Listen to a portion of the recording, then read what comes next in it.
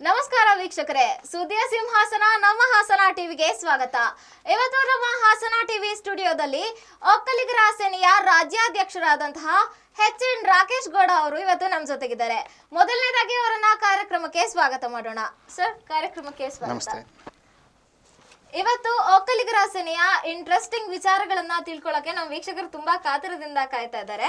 Sir, ಮೊದಲನೇದಾಗಿ ಈ ಒಕ್ಕಲಿಗರ ಸೇನೆಯ ರಚನೆ ಆಗಿರ್ಬೋದು, ಈ ಒಂದು ಒಕ್ಕಲಿಗರ ಸಂಘ ಅಂತ ಒಂದು ಒಕ್ಕಲಿಗರ ಸೇನೆನ ಮಾಡಬೇಕು ಅಂತ ಯಾಕೆ ಅನ್ನಿಸ್ತು ಸರ್? ಮೊದಲನೇದಾಗಿ ರಚನೆಯ ಉದ್ದೇಶ.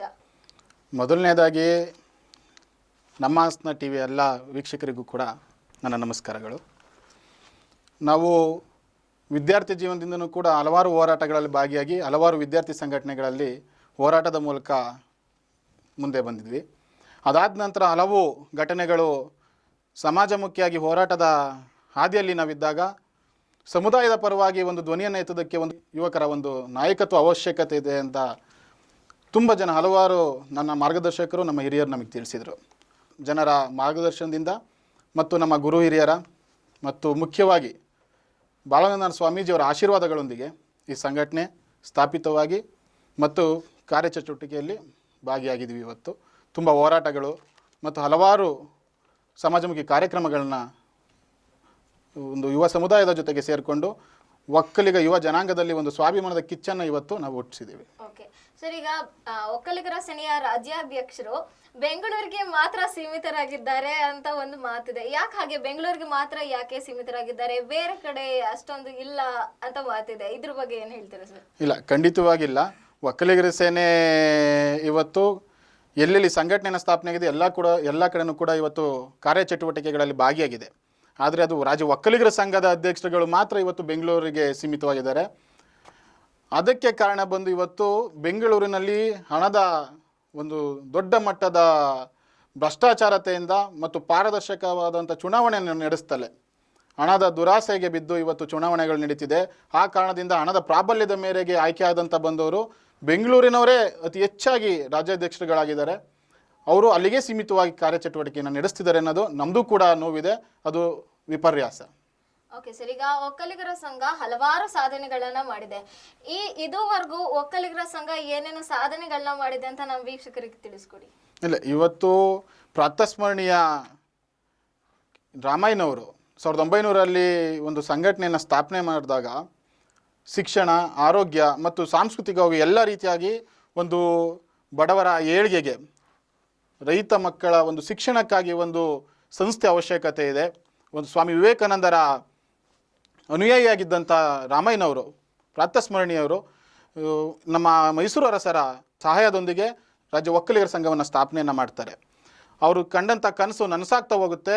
ಶೈಕ್ಷಣಿಕವಾಗಿ ಮತ್ತು ರಾಜಕೀಯವಾಗಿ ಮತ್ತು ಆರೋಗ್ಯ ಸೇವೆಯಲ್ಲಿ ಮುಂದುವರೆದಂತೆ ಇವತ್ತು ಕೆಂಗಲ್ ಹನುಮಂತಯ್ಯನವರು ಕೂಡ ರಾಜ್ಯ ಒಕ್ಕಲಿಗರ ಸಂಘದ ಶಿಕ್ಷಣ ಸಂಸ್ಥೆಯಿಂದ ಬಂದಂಥವರು ಇವತ್ತು ರಾಜ್ಯವನ್ನು ಆಳಿದ್ದಾರೆ. ಆ ರೀತಿ ಇದ್ದಂಥದ್ದು ಮುಂದಿನ ದಿನಗಳಲ್ಲಿ ಅದು ಆರ್ಥಿಕವಾಗಿ ಒಂದು ಕಮರ್ಷಿಯಲೈಸ್ ಆಗಿ ಇವತ್ತು ಹಣದ ದುರಾಸೆ, ಸ್ವಾರ್ಥದಿಂದ ಇವತ್ತು ನಾವು ಆಯ್ಕೆ ಮಾಡಿ ಕಳಿಸಿದಂಥ ನಿರ್ದೇಶಕರ ನಿರ್ಲಕ್ಷ್ಯದಿಂದ ಇವತ್ತು ಸಂಘ ಈ ಪರಿಸ್ಥಿತಿಗೆ ಬಂದು ನಿಂತಿದೆ. ಅದನ್ನು ಸ್ವಚ್ಛಗೊಳಿಸಿ ಅನ್ನೋದು ಒಕ್ಕಲಿಗರ ಸೇನೆಯ ಅಭಿಯಾನ. ಸರ್, ಇವಾಗ ಒಕ್ಕಲಿಗರ ಸಂಘದ ಚುನಾವಣೆ ನಡೆಯುತ್ತೆ. ಅದರಲ್ಲಿ ಚುನಾಯಿತ ಆಗುವಂತಹ ಸದಸ್ಯರ ನಿಲುವೇನಾಗಿರ್ಬೇಕು, ಅಂದ್ರೆ ಅವರ ಉದ್ದೇಶಗಳೇನಾಗಿರ್ಬೇಕು? ಇವತ್ತು ರೈತಾಪಿ ಮಕ್ಕಳು ಅಂದರೆ ಒಕ್ಕಲಿಗರ ಮಕ್ಕಳು, ಒಕ್ಕಲತನ ಮಾಡುವಂಥ ರೈತಾಪಿ ಮಕ್ಕಳ, ಬಡ ಮಕ್ಕಳ ಶಿಕ್ಷಣಕ್ಕೆ ಮೊದಲನೇ ಧ್ವನಿಯಾಗಿ ನಮ್ಮದೊಂದು ಮತ ಆಗಬೇಕು. ಇವತ್ತು ಹಲವಾರು ಕ್ಷೇತ್ರಗಳಲ್ಲಿ ಅತಿ ಹೆಚ್ಚು ಅಂಕಗಳನ್ನ ಪಡೆದು ಡಬಲ್ ಡಿಗ್ರಿ ಮಾಡಿರುವಂಥ ಯುವ ಸಮುದಾಯ ಮನೆಯಲ್ಲಿ ಕೂರುವಂತಾಗಿದೆ. ಅಂಥ ಒಕ್ಕಲುತನ ಮಾಡುವಂಥ ಬಡ ವಿದ್ಯಾರ್ಥಿಗಳಿಗೆ ಮತ್ತು ಯುವ ಜನಾಂಗಕ್ಕೆ ಒಂದು ಉದ್ಯೋಗದಲ್ಲಿ ಅವಕಾಶ ಸಿಗಬೇಕು. ಅದರ ಧ್ವನಿಯಾಗಿ ನಮ್ಮ ಒಂದು ಮತ ಆಗಬೇಕು.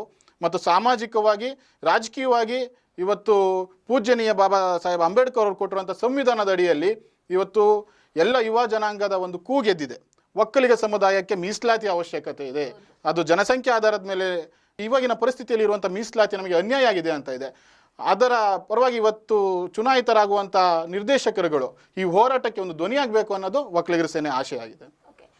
ಓಕೆ ವೀಕ್ಷಕರಿಗೆ, ಒಕ್ಕಲಿಗರ ಸಂಘದ ಇನ್ನಷ್ಟು ಇಂಟ್ರೆಸ್ಟಿಂಗ್ ವಿಚಾರಗಳನ್ನ ತಿಳ್ಕೊಳ್ಳೋಣ ಸಣ್ಣದೊಂದು ವಿರಾಮದ ನಂತರ. ಶೂ ಗಾರ್ಡನ್ ನಿಮ್ಮ ಮನಸ್ಸಿಗೊಪ್ಪುವ ಆಕರ್ಷಕ ಬ್ರಾಂಡೆಡ್ ಶೂಗಳು ಹಾಗೂ ಸ್ಯಾಂಡಲ್ಗಳು ಇದೇ ನಿಮ್ಮ ಹಾಸನ ನಗರದ ಸುಭಾಷ್ ಸ್ಕ್ವೇರ್ ನಲ್ಲಿರುವ ಶೂ ಗಾರ್ಡನ್ ನಲ್ಲಿ ಲಭ್ಯ. ನಮ್ಮಲ್ಲಿ ಪ್ರಖ್ಯಾತ ಬ್ರ್ಯಾಂಡ್ಗಳಾದ Puma, Sparx, Adidas, Skechers, Lancer, Liberty, Campus, Bata Fila ಹಾಗೂ ಸ್ಪೋರ್ಟ್ಸ್ ಶೂಗಳು ಮತ್ತು ಸ್ಯಾಂಡಲ್ಗಳು ರಿಯಾಯಿತಿ ದರದಲ್ಲಿ ಲಭ್ಯ. ನಿಮ್ಮ ನೆಚ್ಚಿನ ಬ್ರಾಂಡೆಡ್ ಶೂಗಳು ಹಾಗೂ ಸ್ಟೈಲಿಶ್ ಸ್ಯಾಂಡಲ್ಗಳು ದೊರೆಯುವ ಏಕೈಕ ತಾಣ ಶೂ ಗಾರ್ಡನ್. ಹಿಂದೆ ಭೇಟಿ ನೀಡಿ. Shoe garden, Subhash square, Hassan.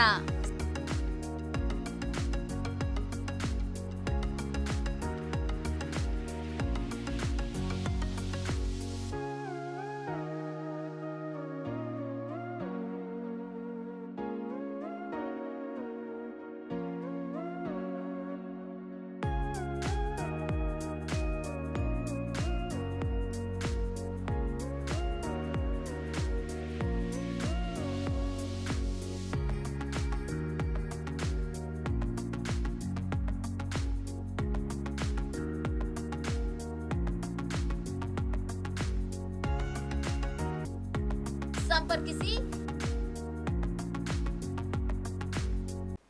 ಸಣ್ಣದೊಂದು ವಿರಾಮದ ನಂತರ ಮತ್ತೊಮ್ಮೆ ಸಂದರ್ಶನವನ್ನ ಮುಂದುವರಿಸೋಣ. ಸೊ ಸರ್, ನಿಮಗೆ ಇನ್ನೊಂದು ಕ್ವಶನ್ ಹೇಗೆ ಅಂದ್ರೆ, ನೀವು ಒಂದು ರಾಜ್ಯಾಧ್ಯಕ್ಷರಾಗಿ ನಿಮ್ಮ ಕನಸಿನ ಒಕ್ಕಲಿಗರ ಸಂಘ ಹೇಗಿರ್ಬೇಕು, ಅಂದ್ರೆ ನೀವು ಕನಸು ಕಂಡಂತಹ ಒಕ್ಕಲಿಗರ ಸಂಘದ ಬಗ್ಗೆ. ಇವತ್ತು ರಾಜ್ಯ ಒಕ್ಕಲಿಗರ ಸಂಘ ಬೇರೆ ಸಮುದಾಯದ ಜೊತೆಗೆ ಒಂದು ದಕ್ಷತೆ, ಆಡಳಿತ ವ್ಯವಸ್ಥೆ ಮತ್ತು ಪ್ರಾಮಾಣಿಕತೆಗೆ ಮುಂಚೂಣಿಯಲ್ಲಿ ನಿಲ್ಲುವಂಥದ್ದು ಒಂದು ದೊಡ್ಡ ಪ್ರಬಲವಾದಂಥ ಸಮುದಾಯ, ಅದು ಒಕ್ಕಲಿಗ ಜನಾಂಗ. ಇವತ್ತು ನಾವೆಲ್ಲ ಕೆಂಪೇಗೌಡರ ಕುಲದವರಾಗಿ ಇವತ್ತು ನಮ್ಮ ಸಂಘ, ರಾಜ್ಯ ಒಕ್ಕಲಿಗರ ಸಂಘ, ಒಂದು ದಕ್ಷತೆ ಆಡಳಿತವನ್ನು ನೀಡಬೇಕು ಅನ್ನೋದು ನಮ್ಮ ಕನಸಾಗಿದೆ.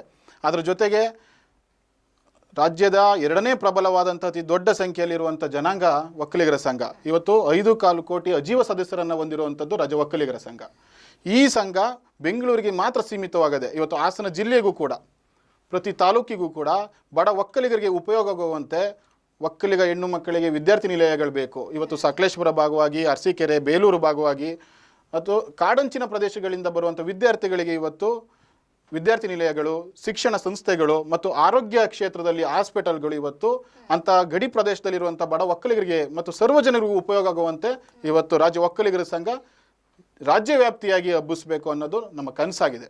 ಅದರ ಜೊತೆಗೆ ಇವತ್ತು ಒಕ್ಕಲಿಗರ ಸಂಘದಲ್ಲಿ ವೈದ್ಯಕೀಯ ಸೀಟ್ಗಳಾಗಿರ್ಬೋದು ಮತ್ತು ಟೆಕ್ನಿಕಲ್ ಇಂಜಿನಿಯರಿಂಗ್ ಸೀಟ್ಗಳಾಗಿರ್ಬೋದು, ಇವತ್ತು ದೊಡ್ಡ ಮಟ್ಟದ ಭ್ರಷ್ಟಾಚಾರತೆಯಿಂದ ನಮ್ಮ ಕರ್ನಾಟಕ ಕನ್ನಡಿಗರನ್ನು ಕೂಡ, ಒಕ್ಕಲಿಗ ಸಮುದಾಯ ಜೊತೆ ಕನ್ನಡಿಗರನ್ನು ಕೂಡ ಕಡೆಗಣಿಸಿ ಬೇರೆ ರಾಜ್ಯದ ವಿದ್ಯಾರ್ಥಿಗಳಿಗೆ ಮಾರ್ಕೊಳ್ತಿದ್ದಾರೆ.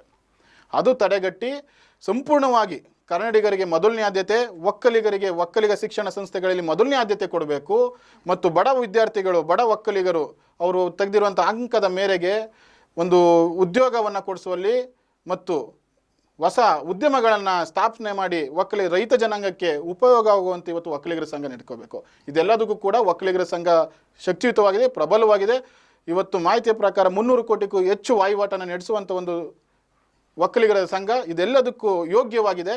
ಆದರೆ ನಾವು ಯೋಗ್ಯವಾದಂಥವ್ರನ್ನ ನಾವು ಅಲ್ಲಿ ಕೂರಿಸ್ಬೇಕು ಅನ್ನೋದು ನಮ್ಮ ಆಶೆ. ಓಕೆ ಸರ್, ಈಗ ಬೇರೆ ಸಂಘಗಳಿಗೆ ನೋಡಿದ್ರೆ ನಾವು ಒಕ್ಕಲಿಗರ ಸಂಘದ ಚುನಾವಣೆ ತುಂಬಾ ಪೈಪೋಟಿಯಿಂದ ನಡೆಯುತ್ತೆ. ಈಗ ಒಂದು ಮನೆಗಳಿಗೆ ಪ್ರತಿಯೊಂದು ಮನೆಗೂ ಹೋಗೋದಾಗಿರ್ಬೋದು, ಮತ ಕೇಳೋದಾಗಿರ್ಬೋದು, ಇನ್ನ ಖರ್ಚಿನ ವಿಚಾರದಲ್ಲಿ ಬಂದ್ರು ಅಷ್ಟು ದೊಡ್ಡ ಮಟ್ಟದಲ್ಲಿ ಚುನಾವಣೆ ಪ್ರಚಾರ ನಡೆಯುತ್ತೆ. ಯಾಕೆ ಇಷ್ಟೊಂದು ಪೈಪೋಟಿಯಲ್ಲಿ ನಡೆಯುತ್ತೆ ಈ ಒಕ್ಕಲಿಗರ ಸಂಘದ ಚುನಾವಣೆ? ಒಕ್ಕಲಿಗರು ಅಂದ್ರೇನೆ ನಾವು ಮುಂಚೆಯಿಂದನೂ ಕೇಳ್ಕೊಬಂದಂಗೆ ಪ್ರಧಾನರಾಗಿದ್ದಂಥವ್ರು, ಒಂದು ಊರನ್ನು ಆಳಿದಂಥ ಗೌಡತನ, ಪ್ರತಿಯೊಂದು ಮನೆಯಲ್ಲೂ ಒಬ್ಬೊಬ್ಬ ನಾಯಕ ಹುಟ್ಟಿದ್ದಾನೆ. ಹಾಗಾಗಿ ಒಂದು ನಾಯಕತ್ವಕ್ಕೆ ಪೈಪೋಟಿ ಇದ್ದೇ ಇರುತ್ತೆ. ಅದು ಗೌಡರ ರಕ್ತದಲ್ಲಿ ಬಂದಿರುವಂಥದ್ದು, ಅದು ಒಕ್ಕಲಿಗರ ತಾಕತ್ತು. ಅದರ ಜೊತೆಗೆ ಇವತ್ತು ಒಂದು ರಾಜ್ಯ ಒಕ್ಕಲಿಗರ ಚುನಾವಣೆ ಇವತ್ತು ಒಬ್ಬ ಶಾಸಕಕ್ಕೆ ಕೊಡುವಂಥ ಒಂದು ಹೆಸರನ್ನು, ಗೌರವವನ್ನು ತಂದು ಕೊಡುವಂಥ ಎಲ್ಲ ರೀತಿಯಾದಂಥ ಶಕ್ತಿಯನ್ನು ಇವತ್ತು ತಂದು ಕೊಡುತ್ತೆ. ಮುಂದಿನ ದಿನಗಳಲ್ಲಿ ಅವರು ರಾಜಕೀಯವಾಗಿ ಹೆಜ್ಜೆ ಇಡೋದಕ್ಕೆ ರಾಜ್ಯ ಒಕ್ಕಲಿಗರ ಸಂಘ ಮತ್ತು ಒಕ್ಕಲಿಗರ ಮತ ಬ್ಯಾಂಕ್ಗಳು ಕೂಡ ಪ್ರಾಬಲ್ಯ ಇರುವಂಥ ಜಿಲ್ಲೆಗಳಲ್ಲಿ ಅತಿ ಮುಖ್ಯವಾಗಿದೆ. ಹಲವಾರು ಕಾರಣಗಳಿಂದ ಇವತ್ತು ನಾಯಕತ್ವಕ್ಕೆ ಪೈಪೋಟಿಯಿಂದ ಇಳಿದಂಥ ನಾಯಕರುಗಳು ಅದೇ ಹಾದಿಯಲ್ಲಿ ಒಳ್ಳೆ ರೀತಿಯಲ್ಲಿ ಇವತ್ತು ಚುನಾವಣೆಗೆ ಎದುರಿಸಿದರೆ ನಮಗೂ ಕೂಡ ಸಂತೋಷ. ಇವತ್ತು ನಾಯಕತ್ವಕ್ಕೆ ಒಂದು ಕಾಂಪಿಟೇಷನ್ ಇರಲಿ, ಪೈಪೋಟಿ ಇರಲಿ, ಆದರೆ ಅದು ಕಾಂಪಿಟೇಷನ್ ಮೂಲಕ ಭ್ರಷ್ಟಾಚಾರತೆಗೆ, ಪಾರದರ್ಶಕತೆಗೆ ಪೆಟ್ಟು ಬೀಳಬಾರ್ದು ಅನ್ನೋದು ನಮ್ಮ ಒಂದು ಕಳಕಳಿಯ ಮನವಿ. ನಿಮ್ಮ ನಾಯಕತ್ವಕ್ಕೆ ಎಷ್ಟಾರು ದೊಡ್ಡ ಮಟ್ಟದ ಹೋರಾಟವನ್ನು ಮಾಡಿ ನಿಮ್ಮ ಬೆಂಬಲಿಗರನ್ನು, ನಿಮ್ಮ ಬೆಂಬಲಿತ ಮತದಾರರ ಮನೆ ಮುಂದೆ ಹೋಗಿ ನಿಮ್ಮ ಸಾಧನೆಗಳ ಮೂಲಕ ಮತವನ್ನು ಕೇಳಿ ಪೈಪೋಟಿಗೆ ಬಿದ್ದು ಯಾವುದೇ ರೀತಿಯಾದಂಥ ಭ್ರಷ್ಟಾಚಾರತೆಯಲ್ಲಿ ತೊಡಕೊಳ್ಬೇಡಿ ಅನ್ನೋದು ನಮ್ಮ ಮನವಿ. ಓಕೆ ಸರ್, ಈಗ ಈ ಒಕ್ಕಲಿಗರ ಸಂಘದ ಚುನಾವಣೆಯಲ್ಲಿದೆ ಒಂಥರ ಭರ್ಜರಿಯಾಗೆ ನಡೆಯುತ್ತೆ. ಸೊ ಇಷ್ಟು ಭರ್ಜರಿಯಾಗಿ ನಡೆಯೋದ್ರಿಂದ ಇದು ಒಂಥರ ಒಕ್ಕಲಿಗರ ಶಕ್ತಿಯನ್ನ ತೋರಿಸೋ, ಒಕ್ಕಲಿಗರ ಪ್ರಾಬಲ್ಯ ತೋರಿಸೋದಕ್ಕೋಸ್ಕರ ಇಷ್ಟೊಂದು ಭರ್ಜರಿಯಾಗಿ ನಡೆಯುತ್ತಾ, ಹೇಗೆ ಅದು? ನಾವು ಅದನ್ನೇ ಇವತ್ತು ಮತದಾರಗಳ ಮುಂದೆ ಬೇಡ್ಕೊಳ್ತಿದ್ದೀವಿ. ಭರ್ಜರಿಯಾಗಿ ನಡೆಯುವಂಥದ್ದು ಚುನಾವಣೆಗಳು ನಡೀಬಾರ್ದು. ರಾಜ್ಯ ಒಕ್ಕಲಿಗರ ಸಂಘ ಭರ್ಜರಿಯಾಗಿ ನಡಿಬೇಕು. ರಾಜ್ಯ ಒಕ್ಕಲಿಗರ ಸಂಘ ವಿಜೃಂಭಣೆಯಿಂದ ನಡಿಬೇಕು ಅನ್ನೋದು ನಮ್ಮ ಆಶಯ. ಚುನಾವಣೆಗಳು ದೊಡ್ಡ ಮಟ್ಟಕ್ಕೆ ಅವರ ನೀವು ಹೇಳ್ದಂಗೆ ಒಕ್ಕಲಿಗರ ಶಕ್ತಿಯನ್ನ ತೋರ್ಸೋದಕ್ಕೆ ನಡೆಯೋದಿಲ್ಲ. ಅದು ನಾನು ಇದು ನೇರವಾಗಿ ಹೇಳಬೇಕು ಅಂದರೆ, ಎಲ್ಲೋ ಪಾಪದ ಹಣವನ್ನು ತಿಂದಂಥ ಕೆಲವು ಜನ, ಎಲ್ಲರಲ್ಲ ಕೆಲವು ಜನ ಆ ಪಾಪದಲ್ಲಿ ಮತದಾರರಿಗೂ ಕೂಡ ಶೇರ್ ಕೊಡ್ತಿದ್ದಾರೆ. ಬಡವರ ಭ್ರಷ್ಟಾಚಾರದ ಹಣವನ್ನು ನೀವು ಶೇರ್ ತಗೊಳ್ಳೋದೇ ಆದರೆ ರಾಜ್ಯ ಒಕ್ಕಲಿಗರ ಸಂಘದ ಚುನಾವಣೆಯನ್ನು ನೀವು ವಿಜೃಂಭಣೆಯಿಂದ ನಡೆಸಿ, ಅಥವಾ ಉತ್ತಮರಿಗೆ ಆಯ್ಕೆಯನ್ನು ಮಾಡಿ ಕಳಿಸಿ, ಸಜ್ಜನರನ್ನು, ಒಕ್ಕಲಿಗ ಸ್ವಾಭಿಮಾನಿ ಯುವಕರನ್ನು ಒಂದು ಅವಕಾಶ ಕೊಡಿ. ದೊಡ್ಡ ಮಟ್ಟಕ್ಕೆ ರಾಜ್ಯ ಒಕ್ಕಲಿಗರ ಸಂಘ ನಡೆಯುವಂತೆ ನೀವು ಆದ್ಯತೆ ಮಾಡಿಕೊಡಿ. ಅವಾಗ ನಿಮ್ಮ ಮನೆಯಲ್ಲಿರುವಂಥ ಮಕ್ಕಳು ಕೂಡ, ಬಡ ರೋಗಿಯೂ ಕೂಡ ಶಿಕ್ಷಣ ದೊರಕಲಿ, ಬಡ ರೋಗಿಗೆ ವೈದ್ಯಕೀಯ ಸೇವೆ ಸಿಗಲಿ ಅನ್ನೋದು ಈ ಮೂಲಕ ಕೇಳ್ಕೊಳ್ತೀನಿ. ಓಕೆ ಸರ್, ಶಿಕ್ಷಣ ಅಂತ ಯೋಚನೆ ಮಾಡುವಾಗ ಎಲ್ಲಾ ವಿದ್ಯಾರ್ಥಿಗಳಿಗೂ ಒಂದು ಕನ್ಸಿರುತ್ತೆ, ಹೆಚ್ಚಿನ ಶಿಕ್ಷಣ ಅಭ್ಯಾಸ ಮಾಡಬೇಕು, ಒಳ್ಳೆ ಉದ್ಯೋಗ ಪಡಿಬೇಕು ಅಂತ. ಇನ್ನು ಒಕ್ಕಲಿಗರ ವಿದ್ಯಾರ್ಥಿಗಳ ವಿಷಯಕ್ಕೆ ಬಂದ್ರೆ, ಈಗ ಬಡ ಒಕ್ಕಲಿಗ ವಿದ್ಯಾರ್ಥಿಗಳು ಇರ್ತಾರೆ, ಮಧ್ಯಮ ವರ್ಗದ ಒಕ್ಕಲಿಗ ವಿದ್ಯಾರ್ಥಿಗಳು ಇರ್ತಾರೆ. ಒಕ್ಕಲಿಗರ ಸಂಘದ ವತಿಯಿಂದ ಆ ವಿದ್ಯಾರ್ಥಿಗಳಿಗೋಸ್ಕರ ಒಂದು ವಿದ್ಯಾರ್ಥಿ ವೇತನ ಆಗಿರ್ಬೋದು, ಇಲ್ಲ ಒಂದು ವಸತಿ ವ್ಯವಸ್ಥೆ ಆಗಿರ್ಬೋದು, ಇಲ್ಲ ಉನ್ನತ ಶಿಕ್ಷಣಕ್ಕೆ ಯಾವ್ಯಾವ ರೀತಿ ಸೌಲಭ್ಯಗಳನ್ನ ಕೊಡ್ತಾ ಇದ್ದಾರೆ? ಇವಾಗ ನಾವು ನೋಡ್ತಿರ್ಬೋದು, ಆಗಲೇ ನಮ್ಮ ಪರಮ ಪೂಜ್ಯ ಜಗದ್ಗುರುಗಳಾದಂಥ ಶ್ರೀ ನಿರ್ಮಾಣ ಸ್ವಾಮೀಜಿಯವರ ಆಶೀರ್ವಾದಗಳೊಂದಿಗೆ ಆದಿಚುಂಚನಗಿರಿ ಸಂಸ್ಥೆ ಕಡೆಯಿಂದ ಸಮಾಜದಲ್ಲಿರುವಂಥ ಎಲ್ಲ ಜನಾಂಗಕ್ಕೂ ಜಾತಿ, ಧರ್ಮ, ಮತ ಎಲ್ಲನೂ ಮೀರಿ ಒಂದು ಸೇವೆಯನ್ನು ಕೊಡ್ತಿದೆ. ಇವತ್ತು ನೀವು ಡೆಲ್ಲಿಗೆ ಹೋಗಿ ಒಂದು ಸಿವಿಲ್ ಎಕ್ಸಾಮ್ಸ್ ತಗೊಳ್ತೀನಿ ಅಂದರೂ ಕೂಡ ಅದಕ್ಕೆ ಆದಂಥ ಸಂಬಂಧಪಟ್ಟಂತೆ ಸೇವೆಯನ್ನು ಇವತ್ತು ಮಠ, ಶ್ರೀ ಶಕ್ತಿ ಮಠ ನಡೆಸ್ಕೊಡ್ತಿದೆ. ಅದರ ಮಾದರಿಯನ್ನು ತಗೊಂಡು ಇವತ್ತು ರಾಜ್ಯ ಒಕ್ಕಲಿಗರ ಸಂಘ ನಡಿಬೇಕಾಗಿದೆ ಅನ್ನೋದು ನಮ್ಮ ಆದ್ಯತೆ. ಯಾಕಂದರೆ ಇವತ್ತು ಎಲ್ಲರೂ ಕೂಡ ನೀವು ಹೇಳ್ದಂಗೆ ಒಕ್ಕಲಿಗ ಸಮುದಾಯದಲ್ಲಿ ಹುಟ್ಟಿದ ಮೇಲೆ ಒಂದು ಪ್ರಾಮಾಣಿಕತೆ, ದಕ್ಷತೆ ಮತ್ತು ಸ್ವಾಭಿಮಾನದಿಂದ ಬದುಕ್ತಿರ್ತಾರೆ. ಆದರೆ ಹಣಕಾಸಿನ ಆರ್ಥಿಕ ವಿಚಾರವಾಗಿ ಬಂದಾಗ ಎಲ್ಲರೂ ಕೂಡ ಅಷ್ಟು ಸಬಲರಾಗಿರಲ್ಲ.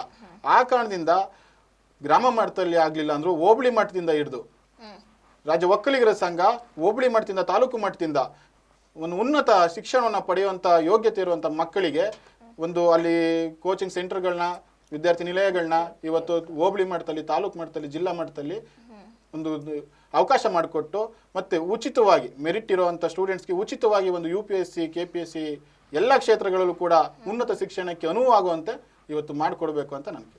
ಓಕೆ ಸರ್, ಇನ್ನು ರೈತರ ವಿಷಯಕ್ಕೆ ಅಂತ ಬಂದ್ರೆ, ನಾವು ನೋಡ್ತಿರೋ ಹಾಗೆ ಇತ್ತೀಚೆಗೆ ರೈತರ ಆತ್ಮಹತ್ಯೆಗಳು ತುಂಬಾ ಆಗ್ತಾ ಇದೆ. ಒಂದು ಈ ಅತಿವೃಷ್ಟಿಯಿಂದ ಆಗಿರ್ಬೋದು, ಅನಾವೃಷ್ಟಿಯಿಂದ ಆಗಿರ್ಬೋದು, ರೈತರ ಕಂಗಾಲಾಗಿ ಆತ್ಮಹತ್ಯೆಗೆ ಶರಣಾಗ್ತಾ ಇದ್ದಾರೆ. ಈಗ ಒಕ್ಕಲಿಗರ ಸಂಘದ ವತಿಯಿಂದ ಒಂದು ಸರ್ಕಾರಕ್ಕೆ ಬೆಂಬಲ ಬೆಲೆ ಕೊಡಿ ಅನ್ನೋದಕ್ಕೋಸ್ಕರ ಒತ್ತಾಯ ಮಾಡಿ ಪ್ರತಿಭಟನೆಗಳಾಗಿರ್ಬೋದು, ಇಲ್ಲ ಅಂದ್ರೆ ಆತ್ಮಹತ್ಯೆ ಮಾಡಿಕೊಂಡಂತಹ ರೈತರ ಕುಟುಂಬಕ್ಕೆ ಯಾವುದೇ ರೀತಿ ಪರಿಹಾರಗಳಾಗಿರ್ಬೋದು, ಇಲ್ಲ ರೈತರು ಆತ್ಮಹತ್ಯೆನೇ ಮಾಡ್ಕೊಳ್ಬಾರ್ದು, ಆ ರೀತಿ ಯಾವ್ದಾದ್ರು ಜಾಗೃತಿ ಕಾರ್ಯಕ್ರಮಗಳನ್ನ ಏನಾದ್ರು ಮಾಡಿದ್ದೀರಾ? ಇವತ್ತು ಹಳೆ ಮೈಸೂರು ಭಾಗ ಒಂದು ಒಕ್ಕಲಿಗರ ಪ್ರಾಬಲ್ಯ ಇರುವಂಥ ಜಾಗ. ಒಕ್ಕಲಿಗರು ಅಂದರೆ ಇವತ್ತು ಒಕ್ಕಲತನ ಮಾಡಿ ರೈತಾಪಿ ಜೀವನನ ಬದುಕ್ತಿರುವಂಥದ್ದೇ ಒಕ್ಕಲಿಗರು. ನಾವು ಕಂಡಿರ್ಬೋದು, ಇತ್ತೀಚಿನ ದಿನಗಳಲ್ಲಿ ಅತಿ ಹೆಚ್ಚು ಆತ್ಮಹತ್ಯೆ ಪ್ರಕರಣಗಳನ್ನ ನಾವು ಕಂಡಿರುವಂಥದ್ದು ಹಳೆ ಮೈಸೂರು ಭಾಗಗಳಲ್ಲಿ. ಒಂದು ಸ್ವಾಭಿಮಾನದ ಬದುಕಿಗೆ ಎದ್ರಿ ತಮ್ಮ ಜೀವನವನ್ನು ಕಳ್ಕೊಳ್ತಿದ್ದಾರೆ. ಅವರಿಗೆ ನನ್ನ ಕೈ ಮುಗ್ದು ಮನವಿ ಮಾಡ್ಕೊಳ್ತೀವಿ. ಅಂಥ ಕಷ್ಟದಲ್ಲಿರುವಂಥ ಕುಟುಂಬಗಳಿಗೆ ಆತ್ಮಸ್ಥೈರ್ಯವನ್ನಾದರೂ ತುಂಬೋದಕ್ಕೆ, ನೈತಿಕ ಬೆಂಬಲವನ್ನು ತುಂಬೋದಕ್ಕಾದರೂ ಒಕ್ಕಲಿಗರ ಸಂಘ ಮುಂದಿನ ದಿನಗಳಲ್ಲಿ ಹೆಜ್ಜೆ ಇಡುತ್ತೆ. ಒಂದು ಆತ್ಮವಿಶ್ವಾಸ ಇಡಿ. ಇವತ್ತು ಕೃಷಿ ಸಂಬಂಧಪಟ್ಟಂಥ ಎಲ್ಲ ಸೌಕರ್ಯಗಳನ್ನ, ಅಥವಾ ನೀವು ಹೇಳ್ದಂಗೆ ರೈತಾಪಿ ವರ್ಗ ಒಂದು ಹೋರಾಟ ಕೇಳಿದಾಗ ನಾವು ಅದನ್ನು ನೇರವಾಗಿ ಇವತ್ತು ರಾಜ್ಯ ಒಕ್ಕಲಿಗರ ಸಂಘವನ್ನು ದೂರಬೇಕಾಗತ್ತೆ. ಯಾಕಂದರೆ ರಾಜ್ಯ ಒಕ್ಕಲಿಗರ ಸಂಘ ಇರುವಂಥದ್ದು ಬೆಂಗಳೂರಿನಲ್ಲಿ ಕೂರೋದಕ್ಕೆ ಮಾತ್ರ ಅಲ್ಲ. ಇವತ್ತು ಪ್ರತಿಯೊಂದು ವಿಚಾರದಲ್ಲಿ ಕೃಷಿ ಸಲಕರಣೆಗಳನ್ನ ರೈತರ ಮನೆ ಬಾಗಿಲಿಗೆ ತಲುಪಿಸೋದ್ರಿಂದ, ಮತ್ತು ವೈಜ್ಞಾನಿಕ ಕೃಷಿಯನ್ನು ಮಾಡೋದ್ರಿಂದ, ಮತ್ತು ಕೃಷಿ ಚಟುವಟಿಕೆಗಳಲ್ಲಿ ಹೆಚ್ಚು ಒಕ್ಕಲಿಗರು ತಮ್ಮ ಪಾರಂಪರಿಕ ವೃತ್ತಿಯನ್ನು ಮುಂದುವರಿಸಿ ಅನ್ನದಾತರು ಅಂತ ಇವತ್ತು ಹೆಸರಾಗಿದೆ. ಆ ಅನ್ನದಾತರ ಬೆನ್ನೆಲುಬನ್ನು ಇನ್ನೂ ಗಟ್ಟಿಗೊಳಿಸುವಂಥ ಒಂದು ಶಕ್ತಿಯಾಗಿ ರಾಜ್ಯ ಒಕ್ಕಲಿಗರ ಸಂಘ ಕೆಲಸ ಮಾಡಬೇಕಾಗಿದೆ. ಅಂಥ ಸಂದರ್ಭಗಳು ಬಂದಾಗ ಒಂದು ರೈತರ ಜೊತೆ ಒಕ್ಕಲಿಗರ ಜೊತೆ ಹೋರಾಟದಲ್ಲಿ ನಿಲ್ಲುವಂಥ ಸಂದರ್ಭಗಳು ಬಂದಾಗ ಇವತ್ತಿನ ನಿರ್ದೇಶಕರ ಸ್ಥಾನಕ್ಕೆ ನಿಂತಿರುವಂಥ ಎಲ್ಲ ಆಕಾಂಕ್ಷಿಗಳು ಕೂಡ ಮತ್ತೆ ಮುಂದಿನ ದಿನಗಳಲ್ಲಿ ಗೆದ್ದು ಆರಿಸಲ್ಪಟ್ಟಂಥ ಎಲ್ಲರೂ ಕೂಡ ಮೊದಲು ರೈತರ ಕಷ್ಟ ಸುಖಗಳಿಗೆ ಮತ್ತು ಅವರ ಹೋರಾಟದ ಪರವಾಗಿ ನಿಲ್ಲನ್ನು ತೋರಿಸ್ಬೇಕನ್ನೋದು ನಮ್ಮ ಆದ್ಯತೆ. ಓಕೆ ಸರ್, ಈಗ ಕೆಲವೊಂದು ಅಮಾಯಕ ಒಕ್ಕಲಿಗರು ಇರ್ತಾರೆ. ಈಗ ಒಂದು ಜಾತಿ ದೌರ್ಜನ್ಯ ಇರ್ಬೋದು ಅಥವಾ ಪೊಲೀಸ್ ದೌರ್ಜನ್ಯ ಇರ್ಬೋದು, ಕೆಲವೊಂದು ಸುಳ್ಳು ಕೇಸ್ಗಳಲ್ಲಿ ಅವರ ತಪ್ಪಿಲ್ಲ ಅಂದ್ರೂ ಅವ್ರು ಅದಕ್ಕೆ ಶಿಕ್ಷೆಗೆ ಒಳಪಡಬೇಕಾಗತ್ತೆ. ಸೊ ಅಂತ ಅಮಾಯಕ ಒಕ್ಕಲಿಗರಿಗೋಸ್ಕರ ಒಕ್ಕಲಿಗರ ಸಂಘದ ವತಿಯಿಂದ ಯಾವ ರೀತಿ ಸಹಾಯ ಹಸ್ತ ಸಿಗುತ್ತೆ? ಇದುವರೆಗೂ ಮೇಡಮ್ ಯಾವುದೇ ರೀತಿಯಾದಂಥ ರೀತಿ ನೈತಿಕ ಬೆಂಬಲವನ್ನು ನಾವು ಇದುವರೆಗೂ ಯಾವುದೇ ಸಂಘದ ನಿರ್ದೇಶಕರುಗಳಾಗಲಿ ಮಾಜಿ ನಿರ್ದೇಶಕರುಗಳಾಗಲಿ ಅಥವಾ ಇವತ್ತಿನ ಚುನಾವಣೆಯಲ್ಲಿರುವಂಥವ್ರು ಕೆಲವರು ಕೊಟ್ಟಿರ್ಬೋದು. ನಾವು ಅದನ್ನು ದೊಡ್ಡ ಮಟ್ಟದಲ್ಲಿ ಧ್ವನಿಯನ್ನು ಎತ್ತಿದ್ದೀವಿ. ಯಾಕಂದರೆ ಇವತ್ತು ಮುಗ್ಧ ರೈತಾಪಿ ವರ್ಗ ಇವತ್ತು ಹಳ್ಳಿಯ ಕಡೆ ಅಥವಾ ಗ್ರಾಮಗಳಲ್ಲಿ ನಗರಗಳಲ್ಲಿ ಎಲ್ಲಾದರೂ ಆಗಿರ್ಬೋದು, ಕ್ಷುಲ್ಲಕ ಕಾರಣಗಳಿಗೆ ಬೇರೆ ಬೇರೆ ವಿಚಾರಗಳಿಗೆ ಇವತ್ತು ದೌರ್ಜನ್ಯಗಳು ಅಥವಾ ಏನೋ ಒಂದು ಗಲಾಟೆಗಳು ನಡೀತವೆ. ಅದೆಲ್ಲ ಮೂಲ ಕಾರಣವನ್ನ ಒಂದು ಜಾತಿಯ ಮೇಲೆ ಹಾಕಿ ಎತ್ತಿ ಕಟ್ಟಿ ಆ ಜಾತಿಯನ್ನು ಉಪಯೋಗಿಸ್ಕೊಂಡು ನೋವುಂಡಾಗ ಈ ಒಕ್ಕಲಿಗರ ನಿರ್ದೇಶಕರಿಗೆ ಎಲ್ಲಿ ಹೋಗಿದ್ರು ಇಷ್ಟು ದಿನ, ಮುಂದಿನ ದಿನಗಳಲ್ಲಿ ಅದು ಹೆಚ್ಚಾಗಿ ನಡೀತಿದೆ ಪ್ರಕರಣಗಳು. ಅದನ್ನು ತಡೆಗಟ್ಟುವಲ್ಲಿ ಇವತ್ತಿನ ಆಕಾಂಕ್ಷಿಗಳು ಇವತ್ತು ಸ್ಪರ್ಧೆಯಲ್ಲಿರುವಂಥವ್ರಿಗೆ ನಾವು ಪ್ರಶ್ನೆಯನ್ನ ಕೇಳ್ತಿದ್ದೀವಿ. ಪ್ರಾಮಾಣಿಕವಾಗಿ ಗೆದ್ದಾದ್ಮೇಲೆ ಯಾವುದೋ ಒಂದು ಪಕ್ಷದ ಗುಲಾಮಗಿರಿಗೆ ಬೇರೆ ಸಮುದಾಯದ ಓಲೈಕೆಗೆ ನೀವು ಡೋಂಗಿ ಜಾತ್ಯತೀತನ ಮಾಡಬೇಡಿ. ಇದು ಯಾವುದೇ ಸಾರ್ವತ್ರಿಕ ಚುನಾವಣೆ ಅಲ್ಲ, ಇದು ಅಪ್ಪಟ ಜಾತಿ ಸಮುದಾಯದ ಒಂದು ಚುನಾವಣೆ. ಆದ ಕಾರಣದಿಂದ ಇಲ್ಲಿ ನೀವು ಮುಂದೆ ಹೋಗುವಂಥವ್ರು ಮೊದಲನೇ ಆದ್ಯತೆಯನ್ನ ಒಕ್ಕಲಿಗ ಇವಾಗ ಜನಾಂಗದ ಜೊತೆ ನಿಲ್ಲೋದು ಆತ್ಮಸ್ಥೈರ್ಯವನ್ನು ತಿನ್ನಿ. ಯಾಕಂದ್ರೆ ಹಳ್ಳಿ ಪ್ರದೇಶದಿಂದ ಇವತ್ತು ತಾಲೂಕು ಕಚೇರಿಗಳಾಗಿರ್ಬೋದು, DC ಆಫೀಸ್ಗಳಾಗಿರ್ಬೋದು, ಪೊಲೀಸ್ ಠಾಣೆಗಳಿಗಾಗಿರ್ಬೋದು, ಅಂತ ಸಮುದಾಯದ ಪರವಾಗಿ ಒಂದು ಧ್ವನಿ ಎತ್ತುವಂಥ ನಾಯಕರನ್ನ ನಾವು ಇವತ್ತು ರಾಜ್ಯ ಒಕ್ಕಲಿಗರ ಸಂಘದ ಚುನಾವಣೆಯಲ್ಲಿ ಅಭ್ಯರ್ಥಿಗಳನ್ನು ಆಯ್ಕೆ ಮಾಡಿ ಕಳಿಸ್ಬೇಕು. ಅದನ್ನು ಮಾಡದೆ ಹೋದ್ರೆ ನಮ್ಮ ಸ್ವಾಭಿಮಾನ, ನಮ್ಮ ಆಸ್ಮಿತೆ ಸದಾ ನಮ್ಮ ಮುಗ್ಧ ಒಕ್ಕಲಿಗರ ಜನರು ಎಲ್ಲರ ಮುಂದೆ ಕೈಕಟ್ಟಿ ಕುಳಿಬೇಕಾಗುತ್ತೆ ಅನ್ನೋ ಪರಿಸ್ಥಿತಿ ಬರುತ್ತೆ. ಅಂತ ಕೆಟ್ಟ ಪರಿಸ್ಥಿತಿಯನ್ನು ನಾವು ಎದುರು ನೋಡೋದು ಬೇಡ, ಉತ್ತಮರನ್ನ ಆಯ್ಕೆ ಮಾಡೋಣ, ಒಕ್ಕಲಿಗರ ಸಂಘವನ್ನ ಉಳಿಸೋಣ ಅನ್ನೋದು ನಮ್ಮ ಮನೆ. ಓಕೆ ಸರ್, ಈಗ ಚುನಾವಣೆಯಲ್ಲಿ ಯಾರು ಚುನಾಯಿತ ಪ್ರತಿನಿಧಿಗಳು ಅಂದ್ರೆ ಚುನಾಯಿತ ಯಾರು ವಿನ್ ಆಗ್ತಾರೆ ಅವರು ಈ ಪ್ರಬಲ ರಾಜಕಾರಣಿಗಳನ್ನ ಓಲೈಸೋದಕ್ಕೋಸ್ಕರನ ಇಲ್ಲ ಆ ಪ್ರಬಲ ರಾಜಕಾರಣಿಗಳ ಅವರನ್ನ ತುಳಿದು ಅವ್ರನ್ನ ಮೆಟ್ಟಿ ನಿಲ್ಬೇಕು ಅನ್ನೋದಕ್ಕೋಸ್ಕರನ, ಆ ಥರ ನಿಮ್ಮ ಅಭಿಪ್ರಾಯ ಸರ್? ಇವತ್ತು ನಾನು ಮೊದಲನೇ ಹೇಳ್ದಂಗೆ ಪ್ರತಿಯೊಂದು ಇವತ್ತು ಒಕ್ಕಲಿಗ ಜನಾಂಗದಲ್ಲಿ ಅಂತ ಮಾತ್ರ ಅಲ್ಲ, ಪ್ರತಿಯೊಂದು ಜನಾಂಗದಲ್ಲೂ ಕೂಡ ಒಂದು ಜಾತಿಯನ್ನ ಮೆಟ್ಟಿಲಾಗಿ ಇವತ್ತು ಉಪಯೋಗಿಸ್ಕೊಳ್ತಿದ್ದಾರೆ. ಇವತ್ತು ನಮ್ಮ ಆಶೆ ಇವತ್ತು ನಾವೊಂದು ಜಾತಿ ಸಂಘಟನೆಯನ್ನ ಕಳ್ತಿರ್ಬೋದು, ಆದರೆ ಸಮಾಜದಲ್ಲಿ ಸ್ವಾಸ್ಥ್ಯವನ್ನ ಕಾಪಾಡಿಕೊಂಡು ನನ್ನ ಸಮಾಜದಲ್ಲಿರುವಂಥ ಎಲ್ಲ ಸಹೋದರ ಜಾತಿಗಳನ್ನ ನಾವು ಪ್ರೀತಿಸ್ಬೇಕು. ಒಕ್ಕಲಿಗರ ಮೇಲೆ, ಸ್ವಜಾತಿಯ ಮೇಲೆ ಒಂದು ಸ್ವಾಭಿಮಾನ ಒಂದು ಚೂರು ಜಾಸ್ತಿ ಇರಬೇಕು ಅನ್ನೋದು ನಮ್ಮ ಕಳಕಳಿಯ ಮನವಿ. ಅವರು ಮುಂದಿನ ರಾಜಕೀಯ ಭವಿಷ್ಯಕ್ಕಾಗಿ ಅಥವಾ ಬೇರೆ ಸಮುದಾಯದ ವೈಯಕ್ತಿಕ ದ್ವೇಷಕ್ಕಾಗಿ ಒಕ್ಕಲಿಗರನ್ನು ಉಪಯೋಗಿಸ್ಕೋಬೇಡಿ. ಒಕ್ಕಲಿಗ ಜನಾಂಗ ಇರುವಂಥದ್ದು ಸರ್ವ ಜನರಿಗೂ ಕುಲಕೋಟಿ ಜೀವಗಳಿಗೂ ಅನ್ನವನ್ನ ಬಿತ್ತು ಇವತ್ತು ಬೆಳೆದು ಸಾಕಿ ಸಲಿದಂಥ ಒಂದು ಜನಾಂಗ. ಇವತ್ತು ನಿಮ್ಮ ಪ್ರತಿಷ್ಠೆಗೋಸ್ಕರ, ನಿಮ್ಮ ರಾಜಕೀಯ ಲಾಭಕ್ಕೋಸ್ಕರ ಒಕ್ಕಲಿಗ ಜನಾಂಗವನ್ನ ದೊಡ್ಡ ಮಟ್ಟಕ್ಕೆ ತಲೆ ತಗ್ಗಿಸಿ ನಿಲ್ಲಿಸುವಂತ ಇವತ್ತು ಪರಿಸ್ಥಿತಿಯನ್ನು ಮಾಡಬೇಡಿ. ಯಾಕಂದ್ರೆ ಈ ಮಾತು ಯಾಕೆ ಹೇಳ್ತಿದ್ದೀನಿ ಅಂದ್ರೆ, ಇಂಥ ದಕ್ಷತೆಗೆ ಆಡಳಿತಕ್ಕೆ ಹೆಸರಾಗಿರುವಂಥ ಕೆಂಪೇಗೌಡ ಕುಲದವ್ರು ನಾವು ನಮ್ಮ ರಾಜ್ಯ ಒಕ್ಕಲಿಗರ ಸಂಘವನ್ನ ಆಡಳಿತಾಧಿಕಾರಿಯಾಗಿ ನೇಮಿಸಿ 3 ವರ್ಷಗಳ ಕಾಲ ಸೂಪರ್ ಸೀಡಲ್ಲಿ ಇಟ್ಟಿದ್ರು. ಇದು ಪ್ರತಿಯೊಬ್ಬ ಒಕ್ಕಲಿಗ 1 ಕೋಟಿ ಒಕ್ಕಲಿಗನು ತಲೆ ತಗ್ಗಿಸುವಂತ ಪರಿಸ್ಥಿತಿ. ಮತ್ತೆ ಆ ರೀತಿ ಆಗೋದು ಬೇಡ. ಇವತ್ತು ಒಕ್ಕಲಿಗ ಜನಾಂಗ ಯಾವ ದೊಡ್ಡ ಮಟ್ಟಕ್ಕೆ ಇವತ್ತು ರಾಜ್ಯವನ್ನ ಆಳಿದೆ, ಕಟ್ಟಿ ಆಳಿದೆ, ಇನ್ನೊಂದು ಪದವನ್ನ ಬಳಸೋದಕ್ಕೆ ಇಚ್ಛೆ ಪಡ್ತೀನಿ. ನಾವು ಒಕ್ಕಲಿಗರು ಕೆಂಪೇಗೌಡರ ವಂಶಸ್ಥರು, ಯಾವುದೇ ರಾಜ್ಯವನ್ನ ಕಿತ್ತು ಆಳಿದವರಲ್ಲ ನಾವು. ಇವತ್ತು ನಾಡನ್ನ ಕಟ್ಟಿ ಆಳಿದಂಥ ಒಕ್ಕಲಿಗರ ವಂಶಸ್ಥರು. ಆ ದಕ್ಷತೆಗೆ, ಆ ಪ್ರಾಮಾಣಿಕತೆಗೆ, ಆ ಒಳ್ಳೆತನಕ್ಕೆ ಇವತ್ತು ನಮ್ಮ ಆಸ್ಮಿತೆಯನ್ನು ಉಳಿಸ್ಬೇಕು ಅನ್ನೋ ಒಂದು ಜವಾಬ್ದಾರಿ 5.25 ಲಕ್ಷ ಅಜೀವ ಸದಸ್ಯರಲ್ಲಿದೆ. ಅದೇ ಜವಾಬ್ದಾರಿ ಹಾಸನ ಜಿಲ್ಲೆಯಲ್ಲೂ ಕೂಡ ಇದೆ. ನನ್ನ ಎಲ್ಲ ಹಾಸನ ಜಿಲ್ಲೆಯ ಮತದಾರರಲ್ಲಿ ಕೇಳ್ಕೊಳ್ತೀನಿ, ಆ ದಕ್ಷತೆಗೆ ದಯವಿಟ್ಟು ಸ್ವಾಭಿಮಾನಕ್ಕೆ ಧಕ್ಕೆ ಬರದಾಗೆ ಉತ್ತಮ 3 ನಿರ್ದೇಶಕರನ್ನ, ನೀವು ಹೇಳ್ದಂಗೆ ಯಾವುದೇ ರಾಜಕೀಯಕ್ಕೆ ಪೈಪೋಟಿ ಇಲ್ಲದಂತ ನಿರ್ದೇಶಕರುಗಳನ್ನ ಆಯ್ಕೆ ಮಾಡಿ ಕಳಿಸಿ ಅಂತ ಈ ನಿಮ್ಮ ವಾಹಿನಿ ಮೂಲಕ, ಹಾಸನದ ವಾಹಿನಿ ಮೂಲಕ ನಾನು ಅವರಿಗೆಲ್ಲ ಕೇಳ್ಕೊಳ್ತೀನಿ. ಓಕೆ, ಸಂದರ್ಶನವನ್ನ ಮುಂದುವರಿಸೋಣ ಚಿಕ್ಕದೊಂದು ವಿರಾಮದ ನಂತರ. ಶೂ ಗಾರ್ಡನ್ ನಿಮ್ಮ ಮನಸ್ಸಿಗೊಪ್ಪುವ ಆಕರ್ಷಕ ಬ್ರಾಂಡೆಡ್ ಶೂಗಳು ಹಾಗೂ ಸ್ಯಾಂಡಲ್ಗಳು ಇದೇ ನಿಮ್ಮ ಹಾಸನ ನಗರದ ಸುಭಾಷ್ ಸ್ಕ್ವೇರ್ ನಲ್ಲಿರುವ ಶೂ ಗಾರ್ಡನ್ ನಲ್ಲಿ ಲಭ್ಯ. ನಮ್ಮಲ್ಲಿ ಪ್ರಖ್ಯಾತ ಬ್ರ್ಯಾಂಡ್ಗಳಾದ Puma, Sparx, Adidas, Skechers, Lancer, Liberty, Campus, Bata, Fila, ಹಾಗೂ ಸ್ಪೋರ್ಟ್ಸ್ ಶೂಗಳು ಮತ್ತು ಸ್ಯಾಂಡಲ್ಗಳು ರಿಯಾಯಿತಿ ದರದಲ್ಲಿ ಲಭ್ಯ. ನಿಮ್ಮ ನೆಚ್ಚಿನ ಬ್ರಾಂಡೆಡ್ ಶೂಗಳು ಹಾಗೂ ಸ್ಟೈಲಿಶ್ ಸ್ಯಾಂಡಲ್ಗಳು ದೊರೆಯುವ ಏಕೈಕ ತಾಣ ಶೂ ಗಾರ್ಡನ್. ಹಿಂದೆ ಭೇಟಿ ನೀಡಿ. Shoe garden, Subhash square, Hassan.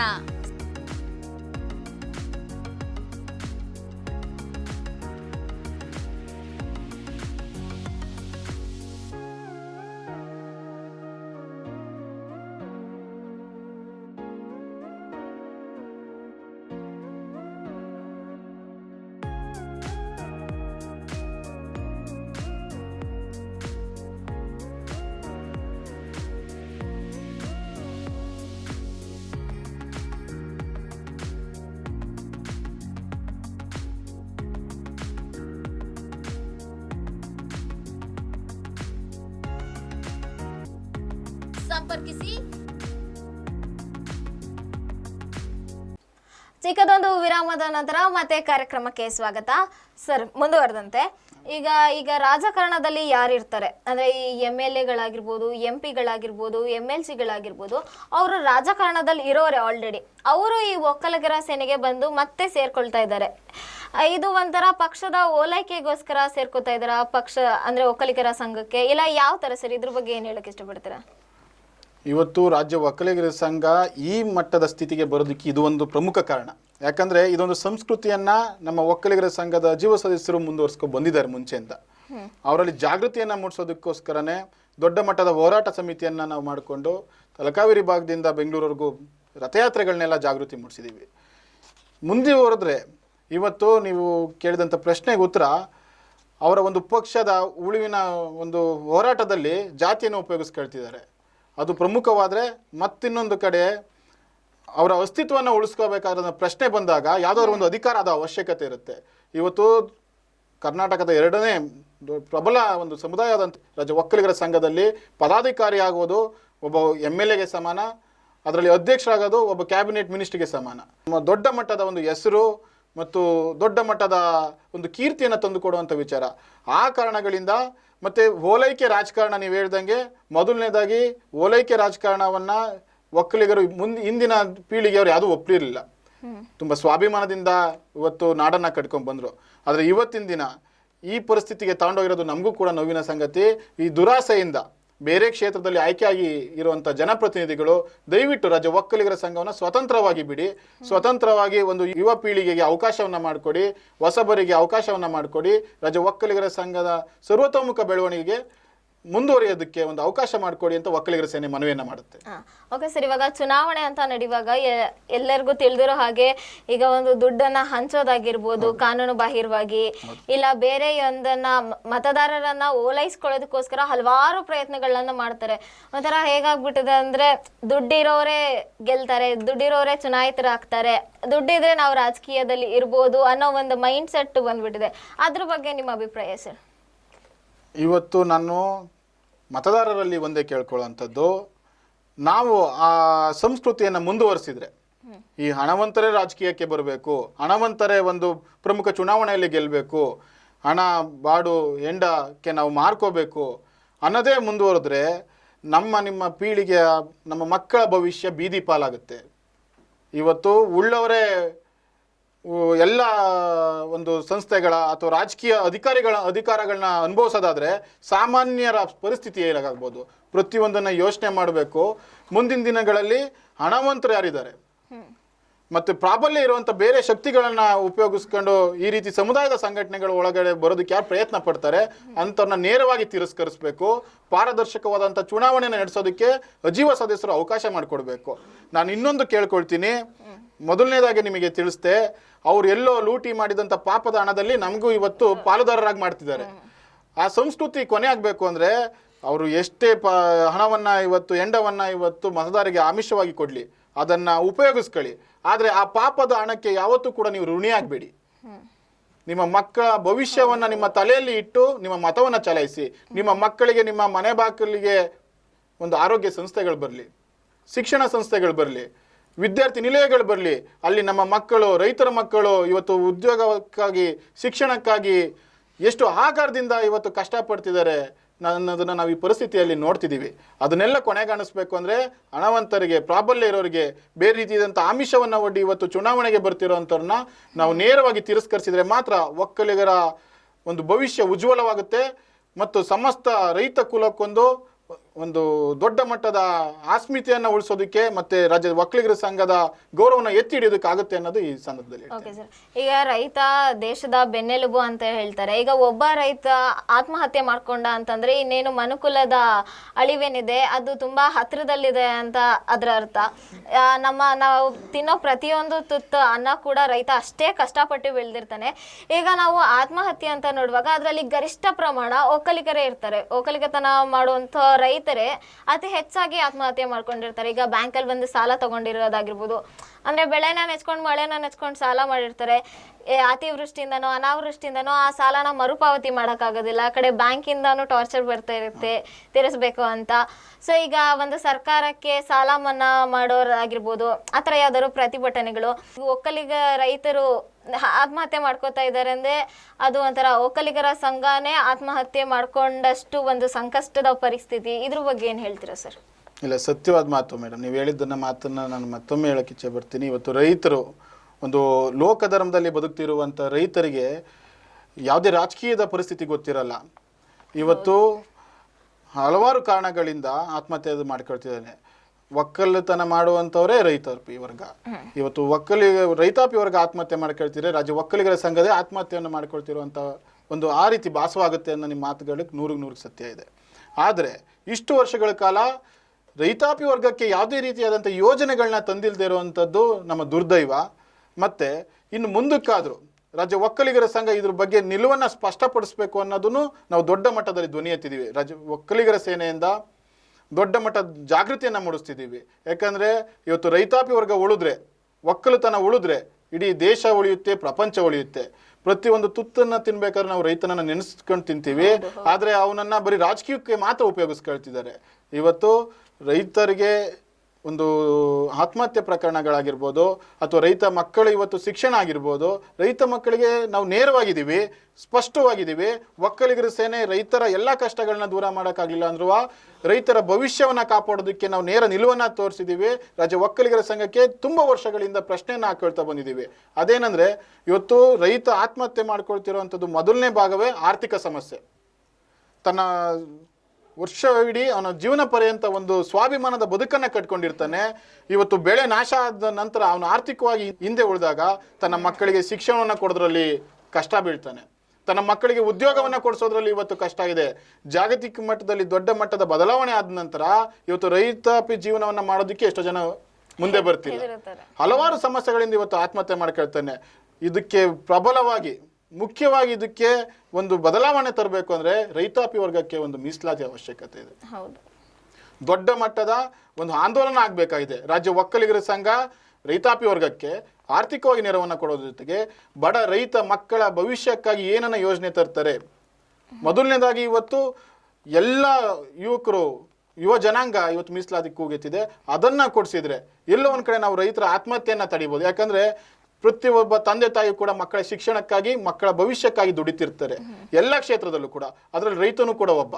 ರೈತನ ಮಕ್ಕಳ ಭವಿಷ್ಯವನ್ನು ನಾವು ತಳಹಡಿಯಿಂದ ಗಟ್ಟಿಗೊಳಿಸಿದ್ರೆ, ಅವನಿಗೊಂದು ಮೀಸಲಾತಿ ಕೊಟ್ಟು ಅವನು ಎಷ್ಟುವರೆಗೂ ಓದ್ತಾರೆ, ಒಂದು ವಿದ್ಯಾರ್ಥಿನಿಯರಾಗಿರ್ಬೋದು, ವಿದ್ಯಾರ್ಥಿಗಳಾಗಿರ್ಬೋದು, ಅಷ್ಟು ಭವಿಷ್ಯವನ್ನು ನಾವು ಇವತ್ತು ಒಂದು ಸಂವಿಧಾನದ ಅಡಿಯಲ್ಲಿ ಗಟ್ಟಿಯನ್ನುಗೊಳಿಸಿದ್ರೆ ಅವನು ಕೊನೆಯವರೆಗೂ ರೈತಾಪಿ ಜೀವನವನ್ನು ತುಂಬ ಖುಷಿಯಾಗಿ ಅನುಭವಿಸ್ತಾನೆ. ಎಷ್ಟೇ ಕಷ್ಟ ಸುಖಗಳು ಬಂದರೂ ಕೂಡ ಇವತ್ತು ಖುಷಿಯಾಗಿ ಅನುಭವಿಸ್ಕೊಂಡು ಹೋಗ್ತಾನೆ. ಆ ಕಾರಣದಿಂದ ಇದು ಮೊದಲನೇದಾಗಿ ಬಡ ರೈತಾಪಿ ಮಕ್ಕಳಿಗೆ ಶಿಕ್ಷಣ, ಉದ್ಯೋಗ, ರಾಜಕೀಯದಲ್ಲಿ ಮೀಸಲಾತಿಯನ್ನು ಕಲ್ಪಿಸ್ಕೊಡೋದಕ್ಕೆ ರಾಜ್ಯ ಒಕ್ಕಲಿಗರ ಸಂಘ ದೊಡ್ಡ ಮಟ್ಟದ ಆಂದೋಲನಕ್ಕೆ ಕಾಲಿಡಬೇಕಾಗತ್ತೆ. ಮೊದಲನೇ ಹೆಜ್ಜೆಯಾಗಿ ಇದೇ ಪ್ರಮುಖ ವಿಷಯ. ಇದು ಎಲ್ಲ ವಿಚಾರಗಳಿಗೂ ಕೂಡ ಒಂದು ಮೀಸಲಾತಿ ಒಂದು ಸ್ವಲ್ಪ ಮಟ್ಟದ ನೆಮ್ಮದಿಯನ್ನು ತಂದುಕೊಡುತ್ತೆ ಅನ್ಬೋದು. ಓಕೆ ಸರ್, ಈಗ ನೀವು ಹೇಳ್ದಾಗೆ ಈ ರೈತಾಪಿ ವರ್ಗದ ಅವರ ಮಕ್ಕಳುಗಳೇನಿದ್ದಾರೆ, ಏನು ಯುವಕರಿದ್ದಾರೆ, ಅವರು ಇವಾಗ ಒಂದು ಹೊಲಗದ್ದೆಗಳಲ್ಲಿ ದುಡಿಬೇಕು ಅಂದ್ರೆ, ಒಂದು ರೈತಾಪಿ ಜೀವನವನ್ನ ನಡೆಸಬೇಕು ಅಂದ್ರೆ ಹೆದರುವಂತ ಪರಿಸ್ಥಿತಿ ಆಲ್ರೆಡಿ ಸೃಷ್ಟಿ ಆಗಿದೆ. ಈಗ ಅವರು ಮುಂದಿನ ದಿನಗಳಲ್ಲಿ ಇಲ್ಲ ನಾವು ಕೆಲ್ಸಕ್ಕಾದ್ರೆ ಒಂದ್ ತಿಂಗಳಿಗೆ ಇಷ್ಟು ಹಣ ಬರುತ್ತೆ ಆ ತರ ಒಂದು ನೆಮ್ಮದಿ ಇರುತ್ತೆ. ಇದರಲ್ಲಿ ಆಗಲ್ಲ, ಯಾವಾಗ ಬೇಕಿದ್ರು ಅತಿವೃಷ್ಟಿ ಆಗ್ಬೋದು, ಯಾವಾಗ ಬೇಕಿದ್ರು ಅನಾವೃಷ್ಟಿ ಆಗ್ಬೋದು. ಸೊ ಮುಂದಿನ ದಿನಗಳಲ್ಲಿ ಯುವಕರು ಏನಾದ್ರು ರೈತಾಪಿ ಜೀವನವನ್ನ ನಡೆಸೋದಿಕ್ಕೆ ಸಿದ್ಧರಿದ್ರೆ ಒಕ್ಕಲಿಗರ ಸಂಘದ ವತಿಯಿಂದ ಯಾವ್ದಾದ್ರು ಸಹಾಯ ಹಸ್ತ ಇದೆಯಾ? ಇವಾಗ ರೈತಾಪಿ ವರ್ಗ ಉಳಿಬೇಕು ಅಂದರೆ ಇವತ್ತಿನ ಯುವ ಜನಾಂಗವನ್ನು ನಾವು ಗದ್ದೆಯ ಕಡೆಗೆ, ತೋಟದ ಕಡೆಗೆ ಎಳಿಬೇಕಾಗಿದೆ. ಕಾರಣ ಇಷ್ಟೇ, ಇವತ್ತು ಕೃಷಿ ಚಟುವಟಿಕೆಯಲ್ಲಿ ಯುವ ಜನಾಂಗ ಒಂದು ತೊಡಗಿಸ್ಕೊಳ್ಳುವಂಥದ್ದು ಎಷ್ಟು ಜನ ಹಿಂದೆ ಸರಿತಿದ್ದಾರೆ, ಅಷ್ಟೇ ಜನ ಯಾವುದೇ ರೀತಿಯಾದ ದೊಡ್ಡ ದೊಡ್ಡ ಸಂಸ್ಥೆಗಳು ಕೂಡ ಕೆಲಸ ಮಾಡ್ತಿರೋ ಜೊತೆಗೆ ಒಂದು ಕೃಷಿ ಚಟುವಟಿಕೆಗಳಲ್ಲೂ ಆಸಕ್ತಿಯನ್ನು ವಹಿಸ್ತಿದ್ದಾರೆ. ಅಂಥವ್ರಿಗೆ ನಾವು ಕೊಡಬೇಕಾಗಿರೋವಂಥದ್ದು, ಇವಾಗ ನೀವು ಹೇಳ್ದಂಗೆ ಒಂದು ಯಾವುದಾದ್ರು ಒಂದು ವೃತ್ತಿಯನ್ನು ಮಾಡ್ತಿದ್ರೆ ಇವತ್ತು ತಿಂಗಳಿಗೆ ಇಷ್ಟು ವೇತನ ಅನ್ನೋ ಒಂದು ನಿಗದಿಪಡಿಸಿರ್ತಾರೆ. ಆದರೆ ರೈತಾಪಿ ವರ್ಗ ಆ ರೀತಿ ಇಲ್ಲ. ಅತಿವೃಷ್ಟಿ, ಅನಾವೃಷ್ಟಿ, ಬೆಳೆ ನಷ್ಟದಿಂದ ಮತ್ತೆ ತಕ್ಕ ಮಟ್ಟದ ಅದಕ್ಕೆ ಪ್ರೋತ್ಸಾಹಧನ ಸಿಗದಲ್ಲೇ ಇವತ್ತು ಕಂಗಾಲಾಗಿದ್ದಾರೆ. ಆ ರೀತಿ ಭಯದ ವಾತಾವರಣ ನಾವು ಇವತ್ತು ಅದನ್ನು ತೆಗೆದಾಕಬೇಕಾಗಿದೆ. ಆ ರೀತಿ ಭಯದ ವಾತಾವರಣನ ತೆಗೆದಾಕಿ ನಮ್ಮ ಒಂದು ಮೂಲ ಕಸುಬಲ್ಲಿ ನಮ್ಮ ಭಾಗ, ಇವತ್ತು ಎಲ್ಲ ಭಾಗಗಳು ಕೂಡ ಎಲ್ಲ ಕೃಷಿಯನ್ನು ಮಾಡೋದಕ್ಕಾಗೋದಿಲ್ಲ.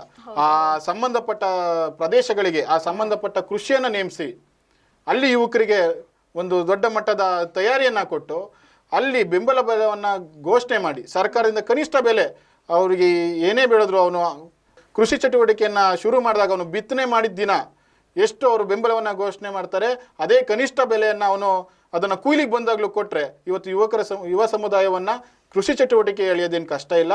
ಅದರಲ್ಲೂ ಕೂಡ ದೊಡ್ಡ ಮಟ್ಟದ ಆದಾಯ ಇದೆ. ಇವತ್ತು ನಾವು ಆರ್ಗ್ಯಾನಿಕ್ ಅಗ್ರಿಕಲ್ಚರಿಂದ ಅಥವಾ ಹಲವಾರು ಬೇರೆ ಬೇರೆ ರೀತಿಯಾದಂಥ ಕೃಷಿ ಚಟುವಟಿಕೆಯಲ್ಲಿ ಲಾಭವನ್ನು ತೆಗೆದು ಇವತ್ತು ಬೇರೆ ಬೇರೆ ಫಾರಿನ್ ಕಂಟ್ರೀಸಲ್ಲಿ ಇದ್ದಂಥವರು ಇವತ್ತು ಮತ್ತೆ ಮರಳಿ ಭೂಮಿಗೆ ಇಳಿದಿರೋಂಥದ್ದು ನೋಡ್ಬೋದು. ನಾವು ಒಕ್ಕಲಿಗ ಸಮುದಾಯದ ಯುವ ಬಾಂಧವರಲ್ಲೂ ಕೂಡ ಕೇಳ್ಕೊಳ್ತೀನಿ, ನಾವು ಹೆಮ್ಮೆಯ ಭೂಮಿ ಪುತ್ರರು, ಭೂಮಿಯನ್ನು ನಂಬಿ ಪೂಜಿಸಿ ನಾವು ಬದುಕ್ತಿದ್ದೀವಿ. ನೀವು ಮಾಡುವಂಥ ವೃತ್ತಿಯ ಜೊತೆಗೆ ನಿಮ್ಮ ಕುಲ ಕಸಬಾದಂಥ ರೈತಾಪಿ ವರ್ಗವನ್ನು ಉಳಿಸಿ ಬೆಳೆಸೋ ಅನ್ನೋದನ್ನು ನೀವು ಗಮನದಲ್ಲಿ ಇಟ್ಕೊಂಡು ಮುಂದುವರಿರಿ ಅಂತ ಈ ಮೂಲಕ. ಓಕೆ, ಖಂಡಿತವಾಗ್ಲೂ ಸರ್. ಈಗ ಕೊನೆಯದಾಗಿ 3 ಮತಗಳಿದೆ. ನೀವು ಮತದಾರರಿಗೆ ಯಾರನ್ನ ಸೂಚಿಸ್ತೀರಾ? ಇವಾಗ ನಮ್ಮ ಒಕ್ಕಲಿಗರ ಸೇನೆ ಸಾರಥಿಯಾಗಿ ರಾಕೇಶ್ ಗೌಡ ಒಂದು ನೇತೃತ್ವದಲ್ಲಿ ಮಾಡಬೇಕು ಅಂತ ಹಲವಾರು ಯುವ ಜನಾಂಗ ನಮ್ಮನ್ನು ಪ್ರೇರೇಪಿಸಿದಿಂದ ನಾವೊಂದು ಒಕ್ಕಲಿಗರ ಸೇನೆಯನ್ನು ಸ್ಥಾಪನೆಯನ್ನು ಮಾಡಿದ್ವಿ. ಅವರ ಆಶಯದಂತೆ ಇವತ್ತು ನಾವು ಮಾಧ್ಯಮ ಪ್ರಕಟಣೆ ಆಗಿರ್ಬೋದು ಅಥವಾ ಬಹಿರಂಗವಾಗಿ ಕೂಡ ನಾವು ಹೇಳ್ತಿರೋದು ಇಷ್ಟೇ ಮೇಡಮ್, ಸಜ್ಜನರನ್ನು ಆಯ್ಕೆ ಮಾಡಿ, ಒಂದು ಉತ್ತಮರನ್ನು ಆಯ್ಕೆ ಮಾಡಿ ಒಕ್ಕಲಿಗ ಜನಾಂಗದ ಒಂದು ಭವಿಷ್ಯವನ್ನು ಕಾಪಾಡುವಂಥ ಸ್ವಾಭಿಮಾನಿ ಯುವ ಜನಾಂಗಕ್ಕೆ ಆ ಒಂದು ಅವಕಾಶವನ್ನು ಕಲ್ಪಿಸ್ಕೊಡಿ ಅಂತ ಅಷ್ಟೇ ಕೇಳ್ಕೊಳ್ತಿದ್ದೀವಿ. ನಾವು ಕೂಡ ಇವಾಗ ಯಾರೇ ಆದಂಥ ವ್ಯಕ್ತಿಗಳನ್ನ ಬಹಿರಂಗವಾಗಿ ಹೇಳೋದಕ್ಕಾಗೋದಿಲ್ಲ. ಯಾಕಂದರೆ ಇವತ್ತು ನಾವು ಕೂಡ ನೂರಾರು ಹಳ್ಳಿಗಳಲ್ಲಿ ಸಂಘಟನೆ ಸ್ಥಾಪನೆ ಆಗಿದೆ. ಸಾವಿರಾರು ಮತದಾರರು ಇವತ್ತು ನಮಗೆ ಬೆಂಬಿಡದೆ ಕೇಳ್ತಿದ್ದಾರೆ, ಯಾರಿಗೆ ಮತವನ್ನು ಚಲಾಯಿಸೋದು ಅಂತ. ಇವತ್ತು ನನ್ನ ಮತದಾರರ ಅವರ ಜ್ಞಾನಕ್ಕೆ ಬಿಡ್ತಿದ್ದೀವಿ. ಮತ್ತು ಒಕ್ಕಲಿಗರ ಸೇನೆ ಮುಂದಿನ ದಿನಗಳಲ್ಲಿ ಅಂತ ಸೂಕ್ತವಾದಂಥ ವ್ಯಕ್ತಿಗಳನ್ನ ನಾವು ನಮ್ಮ ಸಂಘದ ಕಡೆಯಿಂದ ಮುಂದಿನ ದಿನಗಳಲ್ಲಿ ಸಭೆಯನ್ನು ಸೇರಿ ಮತ್ತು ನಮ್ಮ ಒಕ್ಕಲಿಗರ ಸೇನೆಯ ಮಾರ್ಗದರ್ಶಕರಿದ್ದಾರೆ, ನಮ್ಮ ಗುರು ಹಿರಿಯರಿದ್ದಾರೆ, ಎಲ್ಲರೂ ಕೂಡ ಒಂದು ಚರ್ಚೆಯನ್ನು ಮಾಡಿ ಮುಂದಿನ ದಿನಗಳಲ್ಲಿ ಸಾಧ್ಯವಾದರೆ 3 ಜನ ಉತ್ತಮ ಅಭ್ಯರ್ಥಿಗಳೊಂದಿಗೆ ಮತ್ತೆ ಮಾಧ್ಯಮದ ಮುಂದೆ ನಾವು ಪ್ರಕಟಣೆ ಮಾಡ್ತೀವಿ. ಒಕ್ಕಲಿಗರ ಸೇನೆ ಯಾವಾಗಲೂ ಕೂಡ ಒಕ್ಕಲಿಗ ಜನಾಂಗದ ಕ್ಷೇಮಾಭಿವೃದ್ಧಿಗೆ ಶ್ರಮಿಸ್ತಿರುತ್ತೆ. ಅದಕ್ಕೆಲ್ಲರೂ ಕೂಡ ಸಹಕರಿಸಬೇಕು ಅಂತ ನಮ್ಮ ಹಾಸನ ವಾಹಿನಿ ಕಡೆಯಿಂದ ನಾವು ಕೇಳ್ಕೊಳ್ತೀವಿ. ರಾಜ್ಯ ಒಕ್ಕಲಿಗರ ಸಂಘದ ಕಾರ್ಯಕಾರಿಣಿ ಸಮಿತಿಗೆ ಇವತ್ತು ಚುನಾವಣೆ 12ನೇ ತಾರೀಕು ಡಿಸೆಂಬರ್ ನಡೀತಿದೆ. ಇದಕ್ಕೆ ನಿಂತಿರುವಂಥ ಎಲ್ಲ ಅಭ್ಯರ್ಥಿಗಳು ಕೂಡ ಒಕ್ಕಲಿಗರ ಸೇನೆಯ ವತಿಯಿಂದ ಶುಭಾಶಯಗಳನ್ನು ಕೋರ್ತೇನೆ. ರಾಜ್ಯ ಒಕ್ಕಲಿಗರ ಸಂಘದ ಆಸ್ಮಿತೆ ಸ್ವಾಭಿಮಾನವನ್ನು ಉಳಿಸುವಂಥ ಕೆಲಸ ನಿಮ್ಮಿಂದಾಗಲಿ. ನೇರವಾಗಿ ಪಾರದರ್ಶಕ ಚುನಾವಣೆಯನ್ನು ನಡೆಸೋದಕ್ಕೆ ಪ್ರಯತ್ನ ಪಡಿ. ಮತ್ತೊಮ್ಮೆ ಎಲ್ಲ ಅಭ್ಯರ್ಥಿಗಳು ಕೂಡ ಶುಭಾಶಯಗಳನ್ನು ಕೊಡ್ತೇನೆ. ರಾಕೇಶ್ ಗೌಡ, ಇಷ್ಟೊತ್ತು ನಮ್ಮ ಜೊತೆಗಿದ್ದು ನಿಮ್ಮ ಅತ್ಯಮೂಲ್ಯವಾದ ಸಮಯವನ್ನ ಮತ್ತೆ ವಿಚಾರವನ್ನ ನಮ್ಮೊಂದಿಗೆ ಹಂಚಿಕೊಂಡಿದ್ದಕ್ಕೆ ಹೃದಯಪೂರ್ವಕ ಧನ್ಯವಾದಗಳು ಸರ್. ಹಾಗೇನೆ ನಮ್ಮ ಜೊತೆ ಒಕ್ಕಲಿಗರ ಸೇನೆಯ ಕಾರ್ಯದರ್ಶಿಯಾದಂತಹ ಮಾರೇನಹಳ್ಳಿ ಮಂಜುನಾಥ್ ಅವರು ಕೂಡ ಇದ್ರು. ಸರ್, ತಮಗೂ ಧನ್ಯವಾದಗಳು.